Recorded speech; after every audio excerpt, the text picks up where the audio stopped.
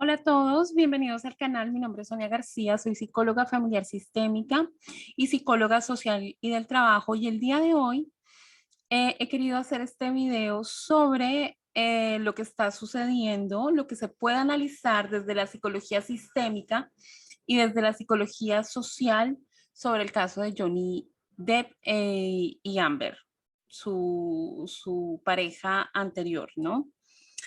Si escuchan un poco de ruido, me disculpo, pero está haciendo un calor impresionante, entonces tengo la ventana abierta, ¿vale? Bien. Ah, el tema da mucho para hablar, entonces lo que voy a hacer es dividir el video en tres partes. La primera parte hablaré hablaré sobre el caso, digamos, como el diagnóstico psicológico o el cuadro psicológico de cada uno desde la psicología clínica. Luego hablaré del cuadro psicológico. Bueno, voy a hablar primero, a ver, estoy un poco espesa, lo sé. Primero hablo desde la psicología clínica del cuadro psicológico de cada uno de ellos, ¿sí? Y luego voy a dar mis consideraciones a partir de la psicología familiar sistémica y de la psicología social con perspectiva de género con respecto a este caso. Decir que yo no soy abogada, soy psicóloga. Entonces, sí, sé que psicóloga lleva tilde, pero mi teclado es difícil, ¿no? Entonces, eh, me disculpo por esto. Soy psicóloga, no soy abogada, ¿sí? Sé que desde el derecho hay que tomar partido y habrá que establecer una víctima y un perpetrador, pues, o determinar que alguno de los dos cometió el delito, ¿no? De difamación en este caso. Y que pues el juicio quiere poner de manifiesto que es Amber, ¿no? O eso es lo que lo quiere Johnny, ¿no? Que salga la verdad a la luz y que sea, digamos, como que Amber la que no solamente le pague, no sé, creo que son 50 millones de dólares, me parece, por, a ver, recapitulemos, porque acá yo me estoy enredando. Voy a poner un poco de contexto. Johnny Depp demandó a Amber Heard a, por la suma de 50 millones de dólares por difamación, porque ella en el 2018 le escribió un artículo en el Washington Post de cuál era difícil sobre la dificultad que era hablar contra hombres del poder, de poder y digamos la violencia, ella puso de manifiesto allí, ¿no? Como entre letras, entre líneas, que ella había sido víctima de violencia conyugal. A esto se sumó un artículo en otro periódico que se llama The Sun, en el que salió que Johnny Depp o etiquetaron a Johnny Depp como golpeador de esposas. Entonces Johnny Depp está demandando a Amber Heard por difamación porque a raíz de ese artículo perdió muchos contratos, pues la continuación de la saga de Piratas del Caribe y creo que de Animales Fantásticos. eh, y entonces él la demandó por difamación y puso de manifiesto que no solamente él no cometió la violencia que Amber le está acusando, sino que la realidad, en realidad la perpetradora es ella, según el lado de Johnny Depp, ¿no? Viendo las pruebas, lo que se ha presentado de lado y lado, al parecer al parecer digo, porque todo esto puede ser manipulado, ¿no? Y a mí la verdad, o sea, en todo tenemos que tener pensamiento crítico. Y a mí la verdad se me hace muy extraño que el caso tenga tanto cubrimiento, que lo transmitan en vivo, que esté casi en todos lados y en todos los tabloides, me parece muy raro. No sé, pero dicen, hay rumores, no me consta, que esto se ha hecho para contrarrestar un poco el movimiento del Me Too, porque el movimiento del Me Too que nació en 2017 y que denuncia a todos estos actores, directores de cine de Hollywood como perpetradores de violencia sexual o abusos sexuales, aprovechando su posición de poder sobre las mujeres con las que trabajan, ha hecho perder mucho dinero a Hollywood. Entonces, todo esto hay que mirarlo con pensamiento crítico y no comer entero. Quiero decir que una de las cosas que a mí me animaron a hacer este video fue que me encontré por allí un meme que decía, ¿cómo nos han hecho creer que es la gente mala? Entonces salía unos monstruos, no sé, alguien con un cuchillo, con cara pues de malvado, ¿no? Y cómo son realmente. Y estaba allí Amber Heard y Yada, la pareja de la esposa de Will Smith. Entonces, esto me parece a mí reduccionista, esto me parece no comprender, es un meme, pero un meme comunica, ¿m? Es una manera de comunicar. Entonces, ¿cómo se reduce la complejidad de un caso como este? Porque este caso es muy, muy complejo, a decir que Amber es la mala. Y ya la esposa de Will Smith, de lo que no voy a hablar en en este video, porque si no se nos hacen 3000 horas, eh, son las malas, ¿sí? Y que es un meme lleno de misoginia, ¿no? Porque se pone la sospecha del lado de la mujer sin entender verdaderamente el caso. Y además esto de creer que una persona es mala y la otra buena, pues perdón por lo que voy a decir, pero es algo muy infantil. Cuando nosotros estamos en el desarrollo social, somos niños, de esto habla un autor que es el desarrollo moral de Kohlberg. Él dice, Kohlberg creo que es el autor, dice que en un estadio de ese desarrollo hacemos una división del mundo entre bueno y malo, ¿sí? Si han visto mis videos, ustedes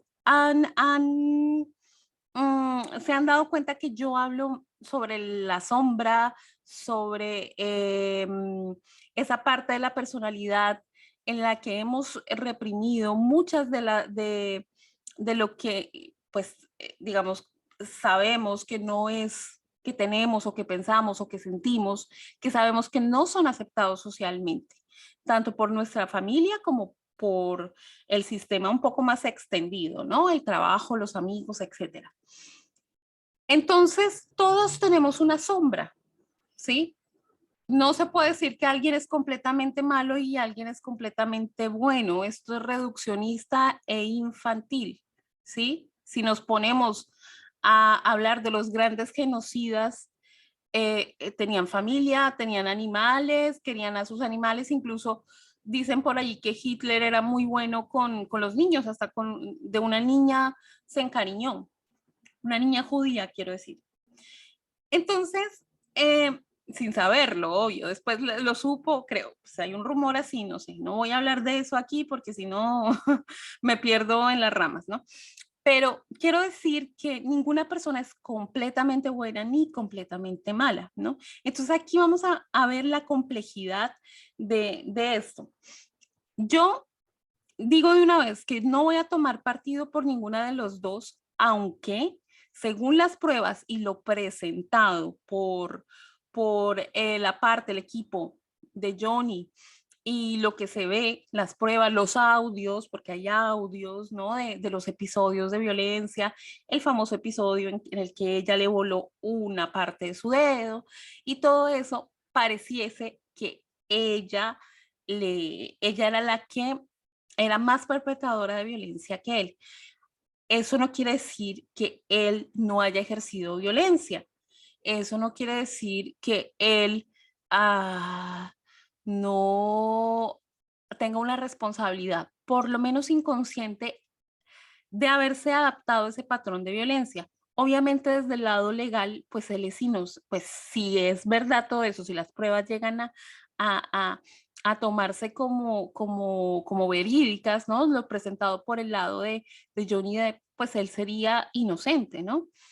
Pero desde la psicología, y sobre todo en la psicología dinámica, analítica, desde la psicología sistémica, familiar sistémica, él sí tiene una responsabilidad inconsciente de haberse adaptado a ese patrón de violencia, de quizás, digamos, haber permitido situaciones, etcétera, ¿no?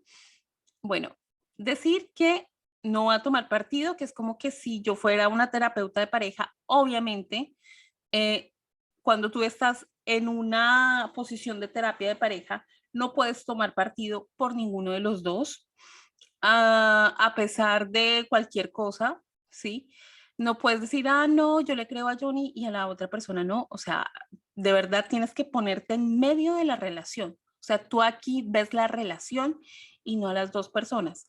Obviamente ellos no me están consultando como pareja. Aquí vamos a mirar, vamos a analizar los orígenes de ese patrón de violencia que ellos establecieron. ¿Ya? Eh, bien,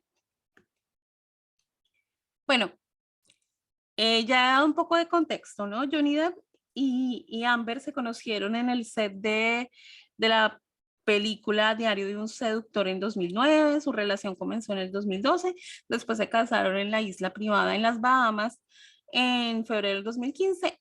El escándalo estalló en mayo del 2016, cuando Johnny Depp cuando Amber denunció a Johnny Depp de haberla cacheteado y arrastrado por varios lugares de la casa. Esto quiero decir que sucedió cuando la madre de Johnny Depp muere, ¿sí?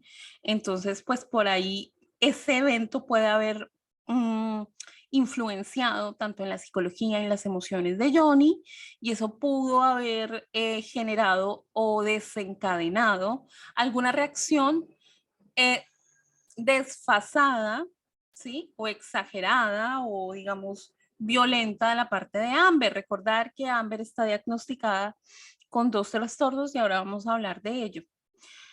Bueno, lo que les dije del Washington Post, que ella escribió ese artículo y lo que dice es que ella vivió violencia sexual desde joven y bueno, lo difícil que es denunciar a los hombres con poder. Bien, en el juicio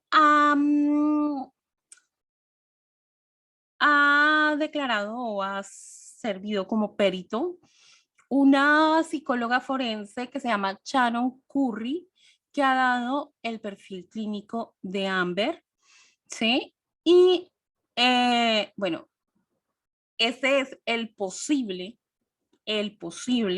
perfil clínico de Johnny Depp. Decir que en la psicología clínica se basa en unos manuales diagnósticos que ya datan de muchas décadas, porque es que, digamos, como que la discusión ahora es que etiquetar y encasillar a las personas, pues es una forma de violencia simbólica, ¿sí? De que te pongan una etiqueta, ¿no? Pero para efectos de la psicología clínica, pues se maneja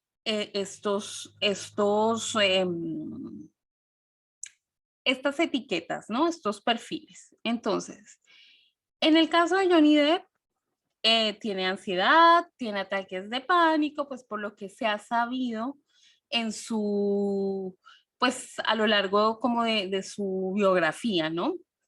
Y es bien sabido que se tiene adicción al alcohol y a las drogas, tiene un síndrome de abstinencia y es por eso cuando presentan audios de ellos dos y que él está con un cuchillo y él se empieza a cortar y todo esto es consecuencia del síndrome de abstinencia, ¿no? Porque no es que se corte, o sea, estos audios fueron presentados por la otra parte, por la parte de Amber, porque se dice, se quiere probar con esos audios que Johnny es violento. ¿Qué pasa con esos audios? ¿Qué pasa con esto de cortarse? No es que él lo haga por ser violento, es fruto del síndrome de abstinencia. El síndrome de abstinencia hace que su cuerpo le pida desesperadamente la droga o el alcohol y para, mm, digamos, como aliviar ese síndrome, todo lo que siente, se corta. Sí, es como una manera de liberar el dolor, pero esto no quiere decir necesariamente que sea una persona violenta, ¿ya? Ahora, el hecho de que sea adicto al alcohol nos muestra desde la psicología familiar sistémica, que no voy a extender en este video porque voy a hacer una segunda parte, ah, es una, es una manera de regresar a esa fase en el que el bebé era lactado, ¿no? Entonces el alcohol, porque es pues desde el psicoanálisis es, digamos, como volver a esa fase oral, ¿no? Ah, es, digamos, como volver a tomar la leche materna, pero como es alcohol, pues quiere decir que en algún momento Johnny, siendo lactado por su madre, si fue su madre la que lo lactó, sintió el alimento de su madre como tóxico. Él ya ha dicho que su madre fue violenta, ¿sí? En las declaraciones, que su madre era una persona bastante descalificadora, que daba golpes, que humillaba, que etcétera. Entonces, esto podría haber influido en el alcoholismo de Johnny, aunque es mucho más complejo, ¿no? Eh, el alcohol nos habla, cuando hay adicciones en el alcohol, de alcohol, con el alcohol, se nos dice en psicología familiar sistémica y en psicología transgeneracional que muy probablemente han existido madres que han sido, digamos, como castradoras, que han triangulado a sus hijos, es decir, que les han impedido formar una relación con el padre. Esto pudo haber sido en la generación de Johnny o pudo haber sido en generaciones atrás, ¿sí? Ah, y entonces es como una manera, el alcoholismo, de inconscientemente estar como en resonancia con esa historia de no poder acceder a la energía paterna. ¿Por qué? Porque mi madre no me deja. Entonces, ahora lo vamos a ver, pero sabemos que dentro de la pareja de sus padres había muchos conflictos, ¿no? Había mucha violencia. Bien, ahora con respecto a Amber, Amber tiene trastorno límite de la personalidad, trastorno histriónico de la personalidad y obviamente también consume alcohol y drogas. Yo no sé si ella es adicta también, no sé, pareciera que sí, ¿no? Por los audios y todo esto, pero no lo puedo yo afirmar, o sea, esto que estoy diciendo aquí, yo no lo puedo afirmar a 100% porque yo no tengo, o sea, yo no los he recibido en consulta ni les he aplicado ningún test. Esto es simplemente, digamos, una aproximación con lo que dijo la psicóloga clínica Shannon Curry con respecto a Amber y el perfil clínico de lo que se sabe de Johnny Depp. Johnny Depp ha pasado por rehabilitación y bueno, entonces por eso digo que es una aproximación porque no podemos mm, afirmar completamente que esto sea así. Bien, con respecto al trastorno de ansiedad de Johnny, bueno, el trastorno de ansiedad es una preocupación excesiva por los acontecimientos y actividades de la vida cotidiana. O sea, eh, de alguna manera el cerebro interpreta, sí, el cerebro interpreta que las demandas del ambiente exceden a los recursos de la persona, ¿no? Entonces la persona crea como una amenaza real, imaginaria, o sea, como si tuviese un león al frente, ¿no? Y los síntomas son todo lo que se ve aquí, ¿no? O sea, taquicardia, respiración acelerada, dilatación, sensación de ahogo, temblores en las manos, sudoración excesiva, náuseas, rigidez muscular, etcétera, etcétera, etcétera. Todo esto la fuente es el DSM-5. Los ataques de pánico, que pues los ha sufrido Johnny, es un episodio abrupto de miedo intenso que la persona no puede controlar y que pues alcanza un pico en pocos minutos, ¿no? Y esos son los síntomas: palpitaciones, latidos fuertes, temblores, bueno, dolor, molestia, escalofríos, desrealización, es decir, como que o despersonalización, como que si uno estuviese desasociado de sí mismo, miedo a perder el control, a enloquecer o a morir. La fuente también es el DSM-5, que es el manual diagnóstico para trastornos mentales. Y la adicción al DSM-4, según el DSM-5, la adicción a las drogas, estos criterios tienen que cumplirse por lo menos durante 12 meses. Uso peligroso de las drogas o el alcohol, problemas sociales, incumplimiento de los principales roles, es decir, que ya empieza como a intervenir o a influir en su vida de trabajo, síndrome de abstinencia, lo que le pasaba a él, tolerancia a uso de mayor cantidad de sustancia, emplear más tiempo del que se pensaba en actividades relacionadas con el consumo, tener problemas físicos o psicológicos y dejar de hacer otras actividades a partir del consumo. Bueno, aquí vamos a hablar de los trastornos de personalidad de Amber, según lo dictaminado por la psicóloga forense Shannon Curry, ¿no? Que quiero decir que ha habido otra, pues como otra opinión de lo que yo he escuchado de otra psicóloga clínica, creo que se llama Jennifer Taylor, que también es activista con perspectiva de género y dice que, bueno, que ella pues ha sido diagnosticada con trastorno histriónico y trastorno límite de la personalidad. Con respecto al trastorno histriónico, bueno, ahora lo vamos a ver, pero histriónico viene de histeria, que era una connotación, digamos, con la que se pretendía desde el psicoanálisis explicar ciertas conductas de las mujeres y según la doctora Jennifer Taylor, estas conductas en la época pues se veían anormales, pero era, por ejemplo, no sonreír demasiado, no estar de acuerdo con el marido, bueno, cosas que de pronto, si nos detenemos a pensar, es como que simplemente una concepción patriarcal y bastante machista de lo que debería ser el comportamiento de la mujer. Entonces, según la doctora Jennifer Taylor, deberían como repensarse esos, digamos, esos diagnósticos, ¿no?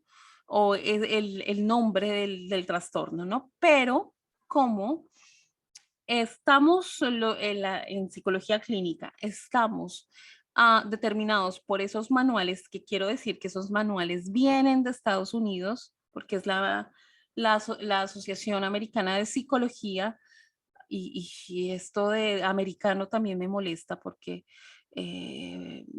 el decir que América, que Estados Unidos es América y el resto entonces ¿qué somos? ¿No? Eso también es otro tema para reflexionar, ¿no?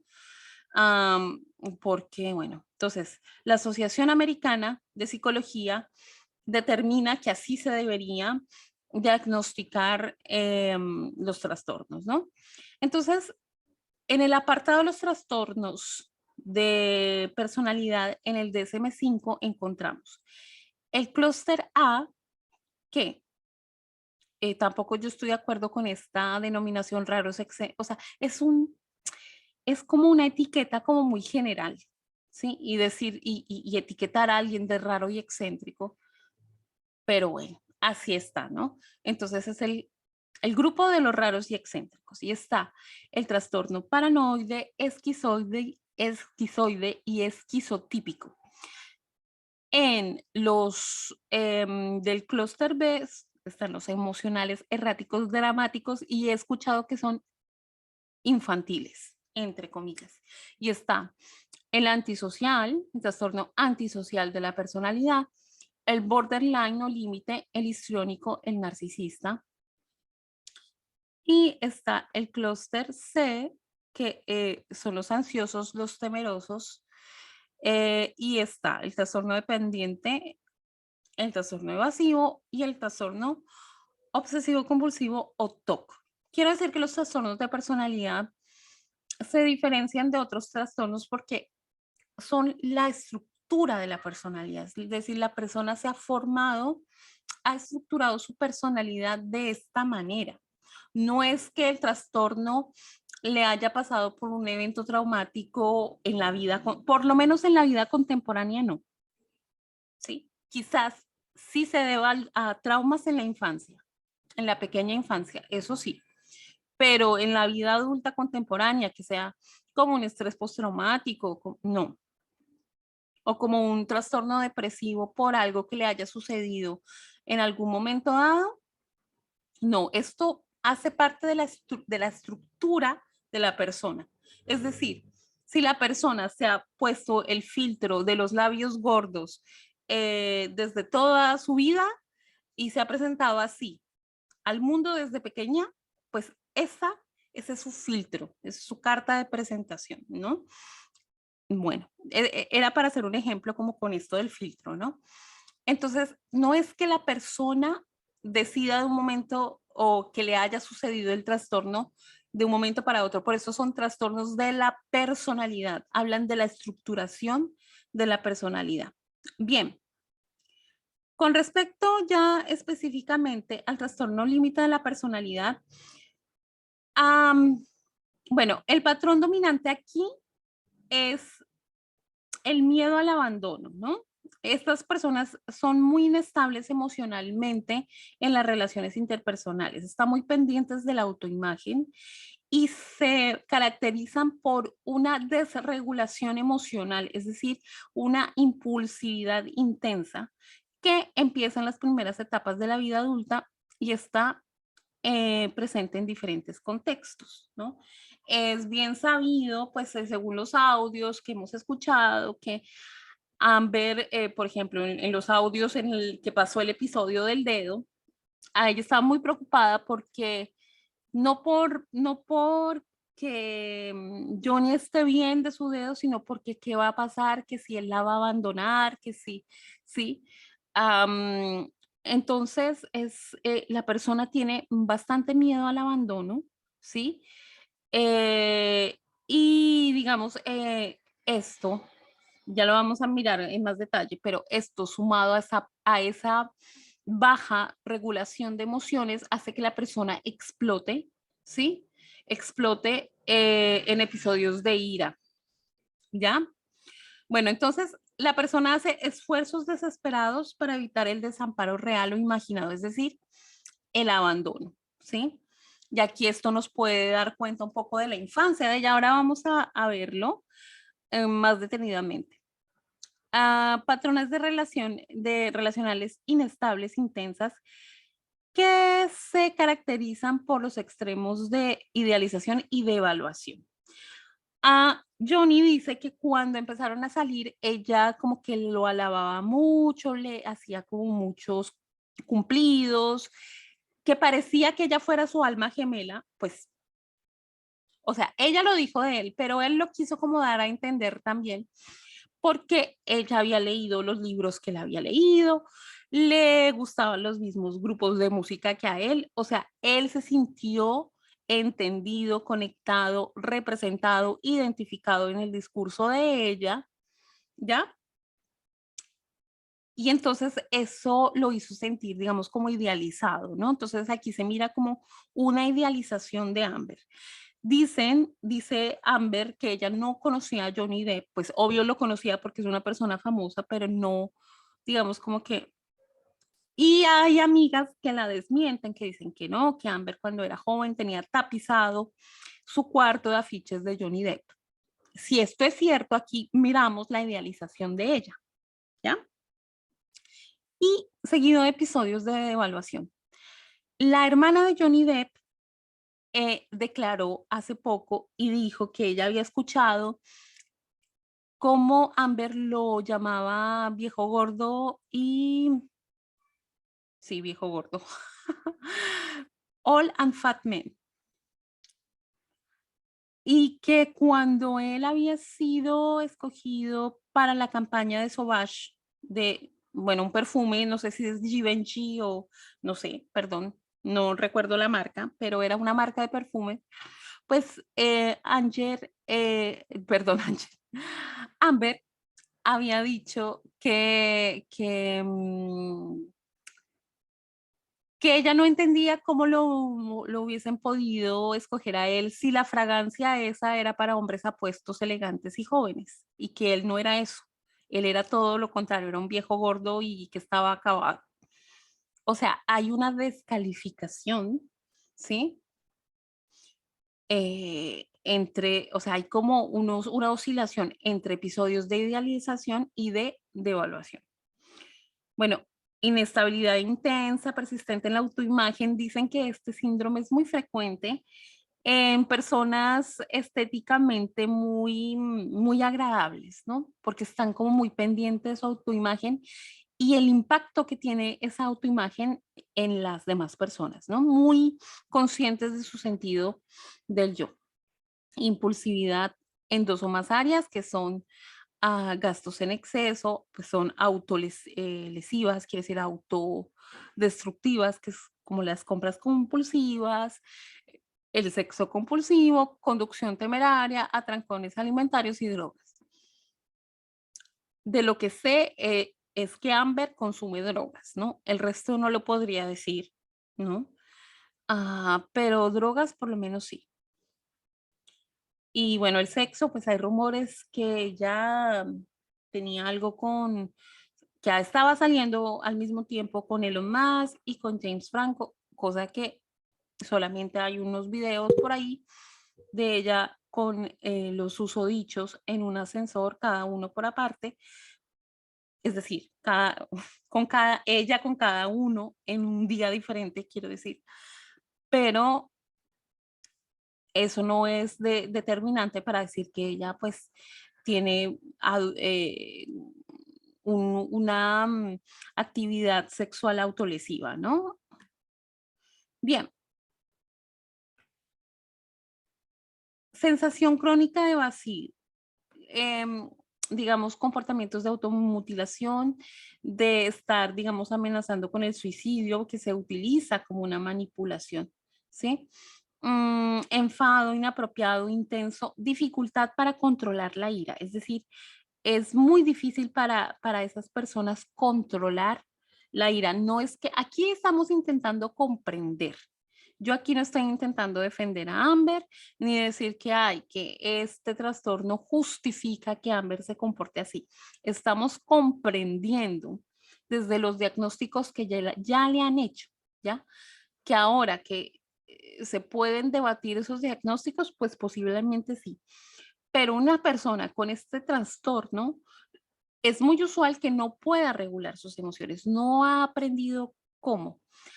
No ha aprendido, digamos, cómo a tener la habilidad social de saber comunicar sus emociones. Es decir, siente la emoción y sale como si fuese una botella de vino disparada, una botella, un tapón de botella de champán disparada sin reflexión, ¿no? Ideas paranoides sobre el abandono de las personas que quiere. Entonces eso hace que la persona tenga desconfianza constante en la pareja, ¿sí? Que la va a abandonar, que la está traicionando, que, bueno, me parece que ella ha dicho que yo ni estaba saliendo con otras o algo así, escuché, la verdad, no me consta porque pues para mí es difícil ponerme a escuchar todo el juicio, porque son juicios de todo un día, toda la semana, pero algo así escuché. Entonces ella tiene mucha desconfianza de que la pareja los la abandone, ¿no? Y decir que ella en sus relaciones pasadas, que pues ella tuvo una relación con una chica que era modelo, allí hubo violencia, creo que hubo intervención de la policía de parte de ella hacia a esta chica. Eh, y bueno, también tuvo una relación con un actor mexicano. Y bueno, según lo que yo he escuchado, es que este actor refirió, porque el podcast ya no existe, refirió en un podcast que la relación con ella lo había afectado bastante psicológicamente, de tal modo que él había tenido que ir a terapia psicológica y que pues ella le había descalificado su carrera como protagonista de novelas en México. O sea, y esto sí es verdad, porque no sabemos si es verdad, eh, pues corresponde a ese patrón descalificador, ¿no? De la persona con borderline, con trastorno límite de personalidad. Aquí yo quiero hacer un inciso, que estos trastornos no vienen así, que ay, le dio, o sea, desde niño nació con esa condición. No, esto es multifactorial y aquí tiene que intervenir la familia. Me hace acuerdo de un caso de una chica mexicana, una cantante mexicana joven, que se llama Frida. Y yo creo que si son mexicanos van a saber a quién me refiero. Su madre, pues es una estrella del rock de los años 80 muy conocida. Y ella tiene un trastorno de borderline. Y entonces yo he escuchado a su madre decir, pero es que ella tiene ese trastorno, pero es que ella se comporta así, porque yo no estoy justificando aquí el comportamiento de ella, simplemente estamos tratando de comprender. Ella tiene este mismo trastorno. Su madre dice, no, ella tiene el trastorno, o sea, ella se comporta así. Y todas las acusaciones que ella le hace a su abuelo, porque ella acusa a su abuelo de haber eh, hecho mal uso de la sexualidad, bueno, voy a decirlo así. Y su madre dice, es que ella tiene ese trastorno, o sea, como lavándose las manos, ¿no? Como que aquí yo no he hecho nada, como que no se trata de culpabilizar a la madre tampoco. Ella hizo lo mejor que pudo con la infancia que tuvo también, porque tuvo una infancia muy tumultuosa con sus dos padres también, que eran artistas y famosos. Pero quiero decir que no es que le dio ese trastorno, como que nació con bronquitis, nació con esa condición, nació, ¿sí? Nació con el pie plano. Ay, no, no. Esto es originado en la infancia, que sí, que tiene que yo como psicóloga transgeneracional, obviamente estoy segura que hay una influencia del transgeneracional, de generaciones anteriores, pero mucho, mucho, mucho tiene que ver la infancia y las relaciones con los padres y el apego, la calidad de apego que se ha establecido, ¿ya? En el caso de Amber también, y esto aquí no es es tratar de comprender de dónde viene su comportamiento. El trastorno histriónico de la personalidad se caracteriza por una emotividad excesiva, búsqueda de atención que comienza en las primeras etapas de la vida adulta. O sea, es una demanda excesiva de atención. Dicen que el personaje de Jack Sparrow, pues que lo ha, digamos, como interpretado Johnny Depp, muestra ese trastorno, o sea, es como una caricatura de ese trastorno porque es muy exagerado, ¿no? Justo para mostrar la atención. Se siente incómodo en situaciones en el que esta persona no es el centro de atención. Y eh, hay un comportamiento como sexualizado, seductor o provocativo en la interacción con las personas. Esto es mucho, si ustedes saben de eneatipos, mucho del eneatipo 2, pero del eneatipo 2 desregularizado, ¿no? No equilibrado, sino desregularizado, ¿no? Que es como que inconscientemente tratan como de seducir, ¿no? Para ser necesitados. El eneatipo 2 es el que necesita amor, ¿no? Y ser amado a toda costa y hacer cosas para que los demás lo amen, ¿no? Entonces, esta puede ser una desregularización de ese eneatipo, ¿ya? No necesariamente son conscientes de que quieren seducir, ¿no? Muchas veces estas personas con estos trastornos no se dan cuenta que están seduciendo, coqueteando, ¿ya? Es cuando las otras personas les dicen, le estabas coqueteando a, sí, o sea, estas personas de verdad no son conscientes, ¿no? De esta interacción un poco sexualmente intensa, ¿no? Con los demás, y inapropiada, por supuesto. Y presenta cambios, cambios rápidos entre la expresión plana, de la plana o sea, pasan de la expresión plana a la expresión como, digamos, un poco más manifiesta de las emociones, ¿no? Um, Utiliza constantemente el atractivo físico o el aspecto físico para atraer atención.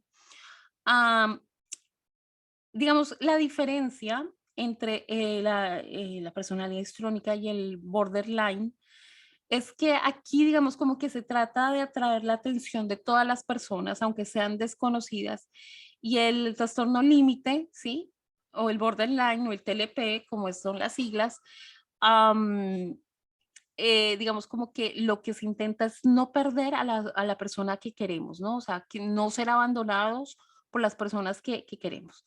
Mostrar mucha autodramatización y teatralidad, expresión exagerada de la emoción. Son personas sugestionables, influenciables por los demás y por las circunstancias.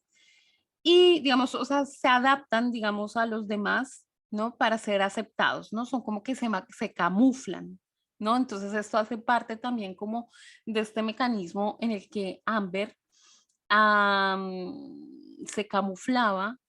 Incluso es lo que ha hecho un poco en el juicio, ¿no? De ir vestida, digamos, con la ropa que Johnny utilizaba el día anterior, ¿no? Y es como una manera de camuflarse en la otra persona para ser aceptada, ¿no? Para generar empatía. Y considera que las relaciones son más estrechas de lo que son en realidad. Bien, ¿cuáles son los rasgos comunes, según el DSM-5, del clúster B, que son los paranoides, los narcisistas y los falta de empatía?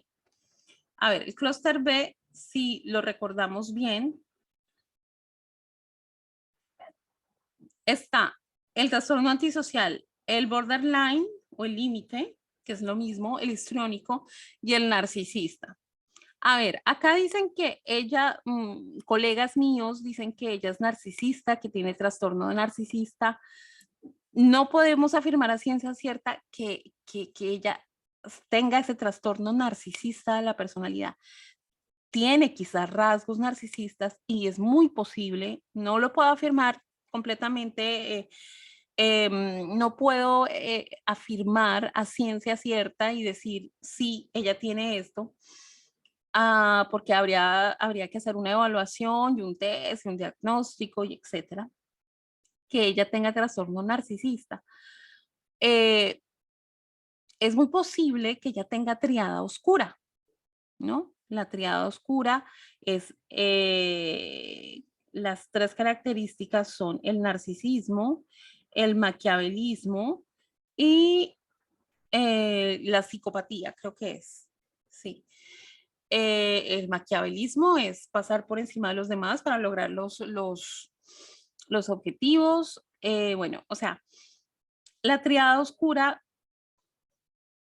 posiblemente ella la tenga, no se sabe, pero el tener estos dos trastornos, tanto el límite como el histriónico en ella, porque no todas las personas que tengan trastorno límite van a tener rasgos narcisistas, pero es posible que ella tenga trastorno, tenga, además de su diagnóstico de trastorno histriónico y borderline, características de la triada oscura, por lo menos el narcisismo. El maquiavelismo de pronto un poco también, ¿no? La psicopatía, de verdad que lo dudo, ¿no? Porque ya haría falta, digamos, como no tener nada de empatía. Ella tiene empatía, pero vemos que su empatía es como cognitiva, no es emocional. Ahora voy a, digamos, como hablar un poco más de eso. El rasgo común en estas, en este clúster B de los paranoides narcisistas es, y de falta de empatía es como una elevada emocionalidad, ¿no? O sea, se caracterizan por una conducta dramática y a veces teatral. Lo más característico es desregulación emocional, ¿sí? No es desregularización, sino desregulación emocional, ¿ya? No pueden regular sus emociones, no han aprendido cómo, o sea, las primeras figuras que vieron no lo hacían, ¿ya? Entonces, ellas o sea, no pueden dar de lo que no tienen, y esto no es justificar, es simplemente que no lo han aprendido, ¿sí? En el borderline se dice que la persona no ha tenido una figura de apego seguro, ¿sí? Y que cuando se trata el borderline, el terapeuta se vuelve esa figura de apego y que la terapia es para justamente crear un apego seguro y que la persona a partir de ese apego seguro pueda establecer mejores relaciones, ¿sí? Entonces, la desregulación emocional tiene mucho que ver con este apego que ellos han establecido con las primeras figuras de apego en la infancia, ¿ya? Una cierta desconfianza en los demás, es decir, tuvieron desconfianza en sus primeras figuras de apego, pues esa la proyectan al mundo, ¿sí? La proyectan hacia los demás, ¿no? Y hacia la vida. Entonces aquí lo que pasa con Amber es que ella tiene una desregulación emocional más su apego desorganizado, porque tiene un apego desorganizado. Ahora vamos a hablar específicamente de este apego. Y esto genera un bajo control de impulsos, una conducta agresiva que por supuesto es desaprobada socialmente. Entonces, se siente rechazada por esa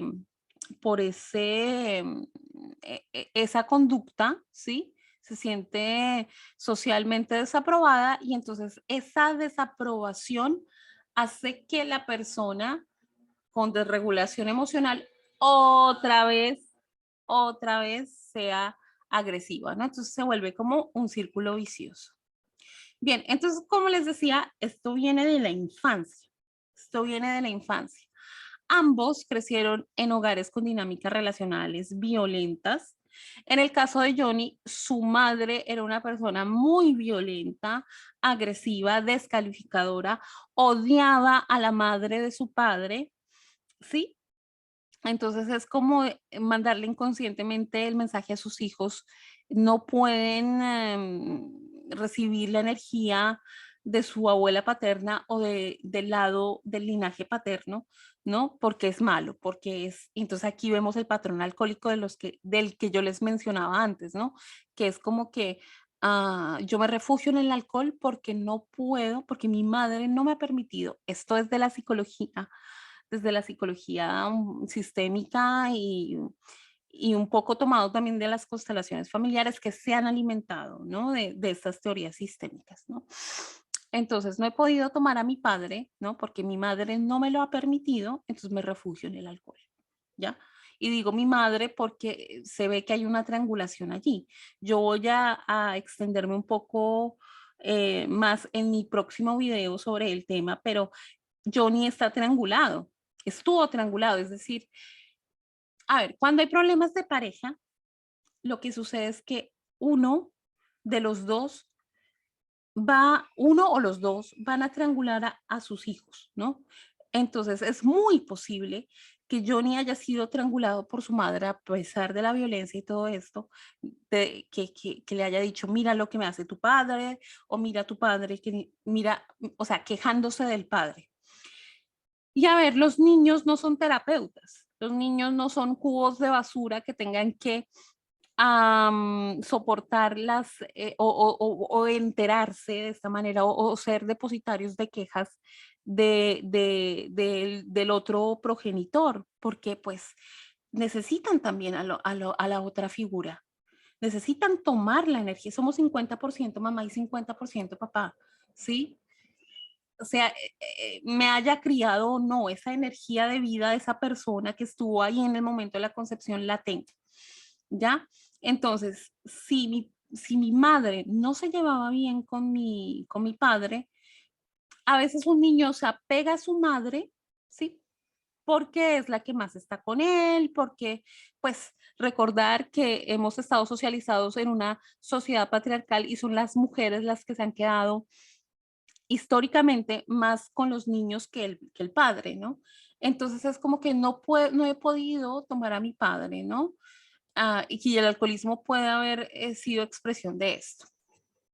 En el caso de Amber, bueno, y el padre de Johnny dice que pues fue una persona como muy aguantadora de ese patrón de violencia, muy sumisa, y aguantó una relación destructiva por muchos años. No quiere decir que ese señor haya sido, digamos, como que no haya, que pues que sea una persona pues santa o no, se adaptó a ese patrón y quizás también tenía su sombra que se proyectaba en la relación de pareja. Pero esto es lo que sabemos según lo que él ha compartido en el juicio.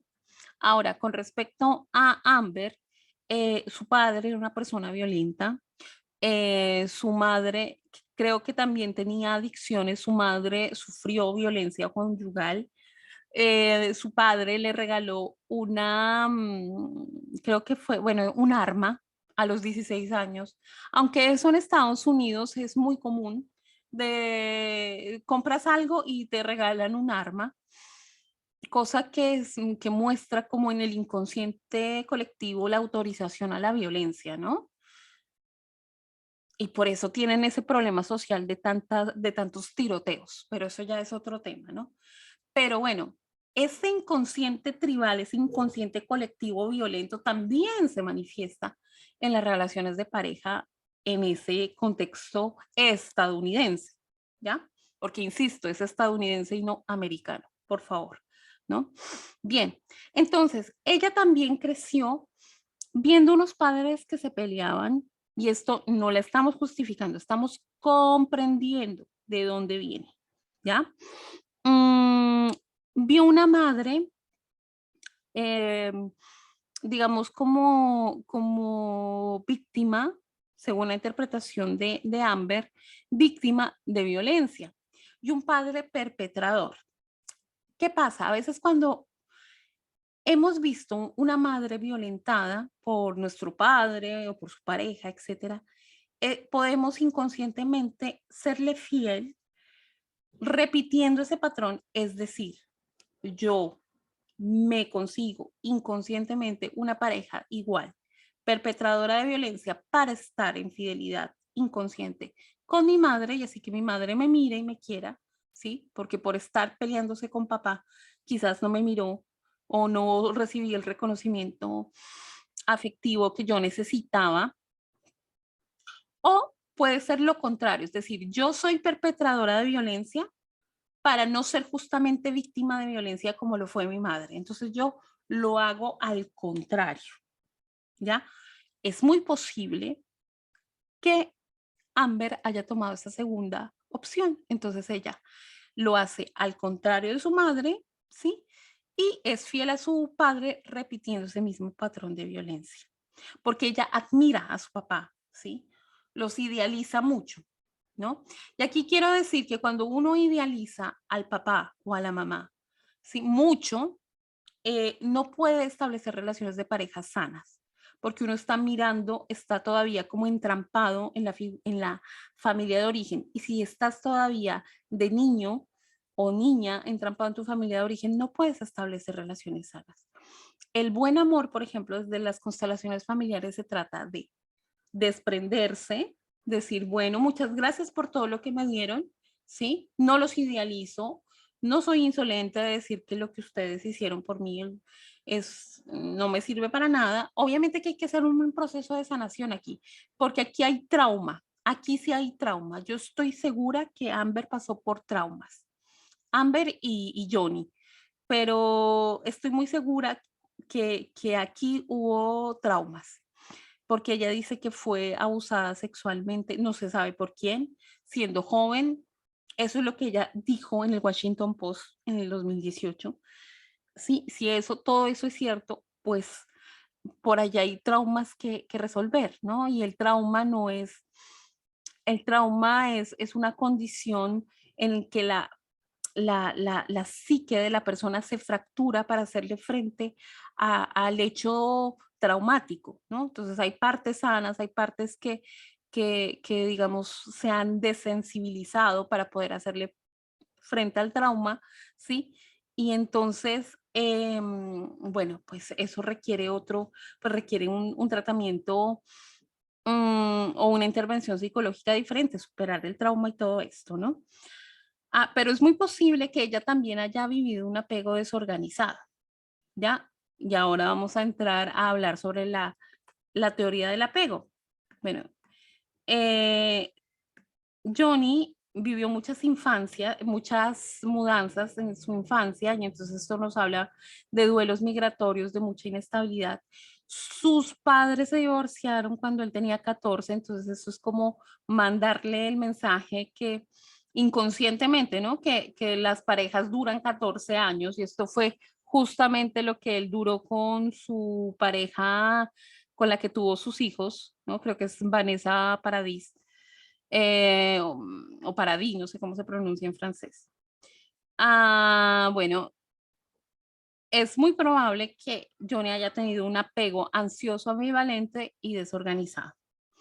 Y vio directamente la violencia conyugal de sus padres. Nosotros construimos pareja con el material que hemos visto en nuestro hogar, ¿ya? Entonces, es decir, porque lo hacemos a través de lo conocido, es decir, no podemos sacar de la nada, es decir, no podemos dar de lo que no tenemos. Si así vimos que eran las parejas, pues eso lo normalizamos inconscientemente, ¿no? Entonces, lo reproducimos inconscientemente porque en ese contexto prosperó nuestra vida, ¿no? Somos fiel a ese patrón de supervivencia. Amber, pues aquí hay que no es abril del 83, es del 86. Ella nació en el 86. Aquí pues podemos también ver lo de la diferencia de edad. Él es 22 años más grande, creo que es más adulto, más viejo, perdón, que Amber. Y eso pues como quiera que sea, influye, porque los dos no están en el mismo ciclo vital, quizás. Él ya tuvo sus hijos, ella no había tenido hijos todavía, como quiera que sea, influye. Algunos expertos dicen que lo ideal de diferencia de edad son 7 años. Esto no es determinante, por supuesto, porque hay parejas que tienen una diferencia de edad muy, muy grande y se llevan bien, pero pues en este caso quizás pudo haber influenciado. También creció en un hogar violento, su padre, según sus palabras, era violento con su madre, su padre era alcohólico, ¿no? Entonces, miren, el papá era alcohólico, ella idealiza a su papá, ¿sí? Entonces, ella inconscientemente atrae un hombre alcohólico también a su vida. Es decir, ella vio a su madre, la referencia que tiene como mujer, a su madre lidiando con un marido alcohólico, pues ella inconscientemente lo reproduce con Johnny, porque Johnny tiene problemas con el alcohol. Aquí no vamos a santificar a nadie ni decir que él tiene a ver, él tiene un, una adicción al alcohol. Obviamente que no se puede decir, ay, no, es que Johnny, o sea, que tratarlo como pues despectivamente, como que, ay, es un alcohólico. Tiene un problema de salud mental, ¿ya? Pero tenemos que tener en conocimiento eso para no, digamos, decir, ay, no, es que el pobre Johnny, o sea, a ver, aquí esto tenemos que verlo con pensamiento crítico, ¿ya? Tiene una hermana 2 años más joven, tiene un apego posiblemente ansioso ambivalente y un apego desorganizado. Entonces, ahora, ¿qué es eso del apego del que yo estaba hablando? Es una teoría desarrollada por John Bowlby y es un vínculo, o sea, el apego es el vínculo emocional que desarrolla el niño con sus cuidadores principales. Habitualmente son los padres, pero obviamente pueden ser otras personas, ¿no? Y entonces aquí se diferencian 4 tipos de apegos. El apego ansioso, que es que cuando el niño no siente que sus figuras vinculares hayan estado disponibles en caso de necesidad, entonces el niño reclama constantemente atención, ¿no? Y esto puede estar a la base de este trastorno límite. Entonces el diálogo interior es, tengo una necesidad muy fuerte de cercanía con mi figura de apego cuando estoy en dificultad, pero me siento irremediablemente insatisfecho. Oscilo entre la angustia causada por mi falta de respuesta y el rechazo cuando no puedo soportar su intrusión. Así que tengo que insistir y aferrarme a mi figura de apego para obtener el apoyo que necesito. Bien, aquí la herida relacionada es el abandono y la traición. El niño se siente abandonado y traicionado, ¿sí? Y humillado también. Entonces se relaciona con los demás desde un miedo intenso por el abandono, una preocupación excesiva por si su pareja lo quiere o la quiere, ¿no? Entonces, todo el tema del tatuaje de Johnny con Winona Ryder y bueno, todos los celos que ella experimentó con respecto a ese tatuaje, que quiero decir, bueno, pues hay que darle un buen cierre a las parejas anteriores para poder tener una relación de pareja sana, ¿sí? Eh, y no sé qué tan sano es tener tatuajes con, con el nombre de tu pareja anterior tanto tiempo, ¿no? Y ella también, pues, con su desregularización emocional, con su trastorno, con su apego quizás ansioso, ambivalente y desorganizado, pues le llevaba a, digamos, a estas discusiones con respecto al tatuaje, ¿no? Gran desconsuelo cuando la relación se rompe. El apego evitativo es un apego en el que las figuras de las figuras de cuidado hacen como mucha evitación, o sea, como que evitan, digamos, como, mm, a ver, a ver, me aclaro. Lo que pasa con este apego es que la figura de apego no está disponible, ¿sí? Y el niño ha aprendido que cuando él expresa sus emociones, y puede ser que no esté emocionalmente disponible, o sea, que esté físicamente disponible, pero no emocionalmente, ¿no? Puede ser, por ejemplo, en el caso de las madres con depresión postparto, etcétera. Entonces el niño aprende que no debe mostrar sus sentimientos o sus necesidades porque entre más las muestra, menos recibe atención de sus figuras de apego, ¿no? Entonces, trata de evitar a los padres, ¿no? Y puede que no rechace su atención, pero no busca contacto ni consuelo en ellos, ¿yo? Ya, entonces, el diálogo interior es: estoy en dificultad y no hay nadie que pueda ayudarme. Expresar mi necesidad de apoyo es aterrador porque me expongo al rechazo o la indiferencia. Mi supervivencia para mantener la proximidad de mi figura de apego requiere que renuncie a mis necesidades y que me las arregle por mi cuenta y que sofoque mi angustia. Entonces aquí, pues, digamos como que la expresión de sentimientos para ellos es una intromisión, expresar poca emoción en las relaciones románticas, incapacidad para compartir pensamientos y sentimientos. Y digamos, estas personas tienen más, son más propensos a tener relaciones ocasionales, pues porque no hay no se involucran sentimientos, ¿no? Entonces la herida muy posible es el rechazo y la injusticia. No se sienten ni aceptadas ni queridas, entonces prefieren huir para no tener que enfrentar esa desaprobación. Y aquí viene el apego que nos interesa, que es el apego desorganizado, el que, digamos, está detrás de muchas situaciones de trauma en la infancia, ¿ya? Entonces, ¿qué pasa? Que la misma figura que debería ser de cuidados es también fuente de violencia, ¿ya? Entonces, el niño parece aturdido y confundido en presencia de los padres, asume un rol parental, actuando como cuidador de los padres. Aquí quiero decir una cosa que me acordé de la infancia de Johnny Depp, que él es el cuarto hijo. Y entonces eso nos muestra, vean, entre más uno, digamos, entre más hermanos uno tenga y uno sea, digamos, como el menor, ¿sí? Entre más se haya demorado mi madre en tenerme, es más posible que yo no sea deseado. Esto no es una regla, por supuesto que no es una regla, pero digamos, si una mujer ya tiene 7 hijos y llega el octavo, pues es muy probable que ese octavo no sea tan deseado como lo fue el primero, ¿ya? Y esto hay que decírselo, o sea, hay que decírnoslo y aceptarlo, porque eso nos va a permitir, digamos, como sanar.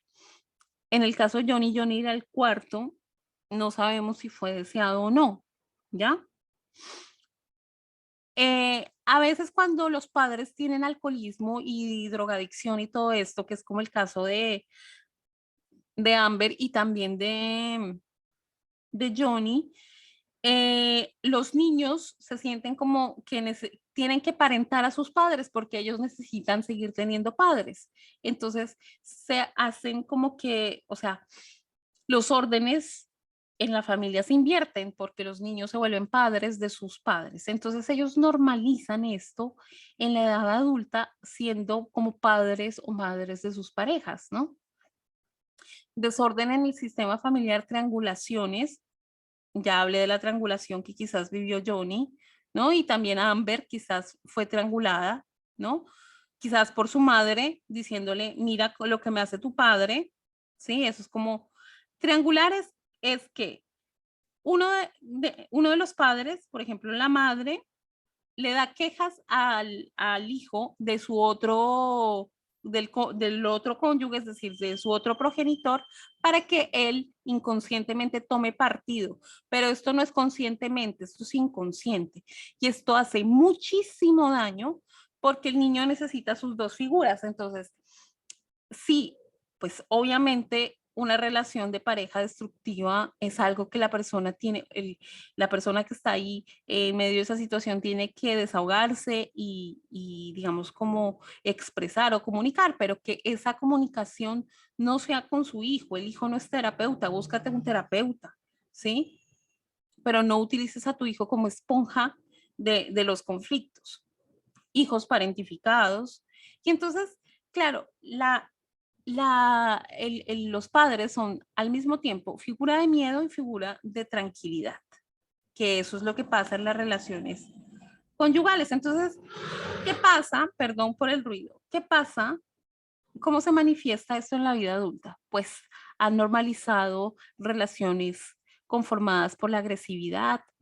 Esto me recuerda a, a que Amber, y esto lo ampliaré en mi próximo video, decía en una declaración en el 2016, ella decía que yo no le pegué o yo solamente lo empujé, pero para él todo es que yo le pego, algo así, ¿ya?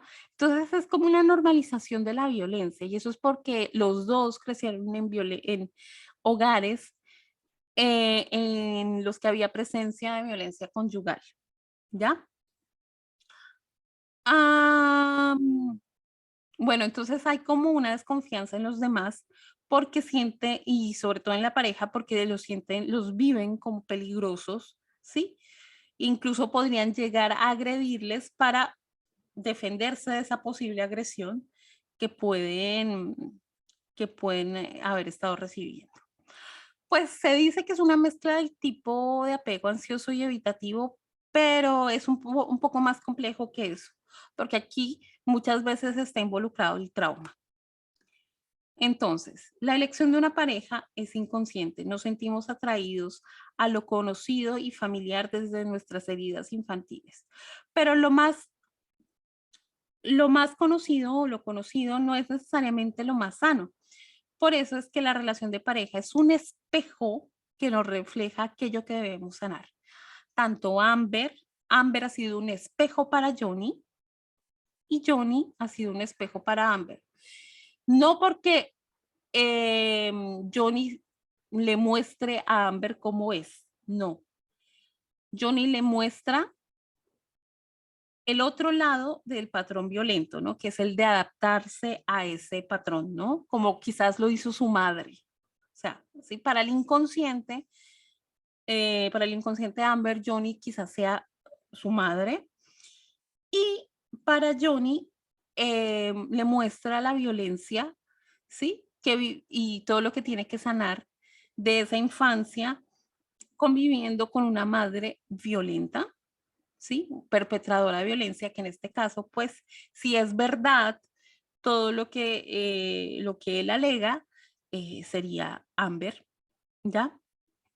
Bien, bueno, esto ha sido todo desde en este primer video porque pues el tema da muchísimo para hablar, ¿no? Aquí hay esta es una foto del matrimonio de los dos. Este tema da mucho para hablar.